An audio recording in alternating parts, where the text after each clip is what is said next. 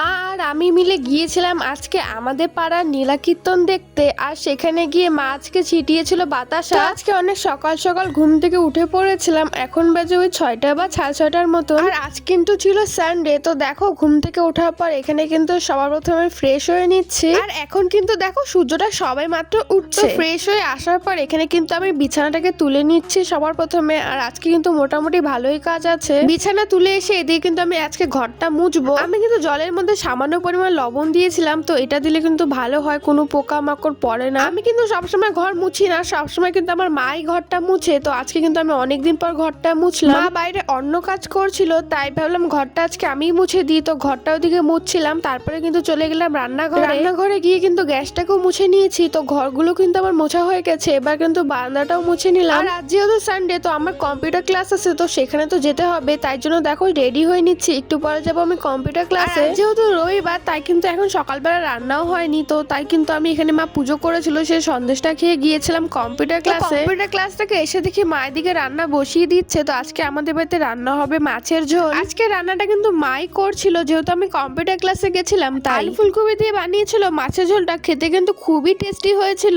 আর যেহেতু সকালবেলা না খেয়ে গিয়েছিলাম কম্পিউটার ক্লাসে, ফিরে এসে এরকম মাছের ঝোল দিয়ে ভাত খেতে কার না ভালো লাগে। খাওয়া দাওয়া শেষ করে দুপুরবেলা কিন্তু একটু রেস্ট নিয়েছিলাম, তারপর কিন্তু বিকালবেলা রেডি হয়ে গেছি, কারণ আমাদের পাড়ায় হচ্ছে অষ্টপ্রহর আর আমরা সেখানেই যাব। আমি তো আগে রেডি হয়ে গেছি, তাই ভাবলাম কয়েকটা ভিডিও নিয়ে নিই। মা ওদিকে রেডি হচ্ছিল, তারপর মা রেডি হয়ে গেলে আমরা কিন্তু বেরিয়ে পড়লাম। যেহেতু এটা একদম কাছেই আমাদের পাড়ায় হচ্ছে, তাই কিন্তু হেঁটে হেঁটে চলে এসেছি। আমাদের এখানে এই অষ্টপ্রহরটা প্রতি বছরেই হয় হোলির পর। এখানে বসার পর দেখো খানিকক্ষণ বাদে একটা দিদা এসে আমাদের কিন্তু তিলক পরিয়ে দিল। মা আজকে কীর্তনের মধ্যে ছিটাবে বাতাসা, তাই বাড়ি গিয়েছিল বাতাসাটা আনার জন্য। আমরা কিন্তু এখানে এসেছিলাম বিকালবেলা, আর এখন কিন্তু সন্ধ্যাও হয়ে গেছে। আর নীলা কিন্তু প্রায় শেষের দিকে। নীলা দেখতে বেশ ভালোই লাগে, তোমাদের কাদের কাদের ভালো লাগে জানিও। আমাদের এখানে কিন্তু 2 দিন দেখানো হয় নীলা, আর আজ কিন্তু প্রথম দিন। তো দেখো এখানে নীলা শেষে মা কিন্তু ছিটাচ্ছিল বাতাসা, আর এই বাতাসাগুলো কুড়োতে কিন্তু খুবই ভালো লাগে। তো দেখো মায়ের দিকে বাতাসা ছিটানো হয়ে গেছে, আর তারপরে আমরা চলে আসলাম